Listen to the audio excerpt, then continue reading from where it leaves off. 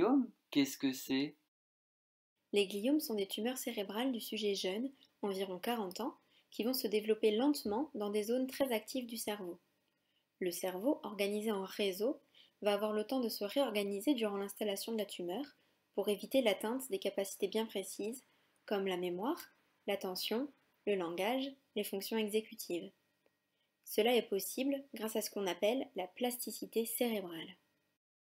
Et comment ça se soigne? Le traitement principal des gliomes, c'est la chirurgie. On va retirer le gliome pour éviter qu'il ne s'étende et se transforme en gliome dit malin. Ah, mais si on retire le cerveau, il devient quoi le patient? Pas de panique! Des études ont montré qu'on pouvait retirer une partie du cerveau, comme l'aire de Broca jusqu'alors supposée responsable du langage, sans causer la perte du langage. Pendant une chirurgie dite éveillée, le patient est réveillé et évalué par l'orthophoniste pendant que le neurochirurgien retire le gliome. L'objectif est de surveiller l'apparition de troubles liés au retrait de la tumeur. Si un trouble apparaît lors du test par stimulation électrique, le chirurgien ne retirera pas cette partie de la tumeur pour conserver les capacités du patient. On parlera alors d'exérèse non totale. Grâce à la chirurgie éveillée, on préserve au mieux les capacités du patient, mais certaines altérations restent à prévoir. C'est génial! Mais c'est quoi ces altérations? C'est justement l'objet de notre mémoire, connaître l'impact de ces tumeurs sur le fonctionnement cognitif selon le lieu où elles se situent dans le cerveau. Pour cela, nous avons récupéré les dossiers de 32 patients opérés par chirurgie éveillée pour un gliome situé dans l'hémisphère gauche en zone frontale, pariétale ou insulaire.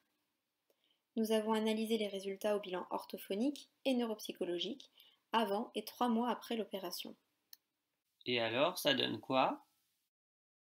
Notre étude a montré que selon l'emplacement de la tumeur, les troubles étaient différents.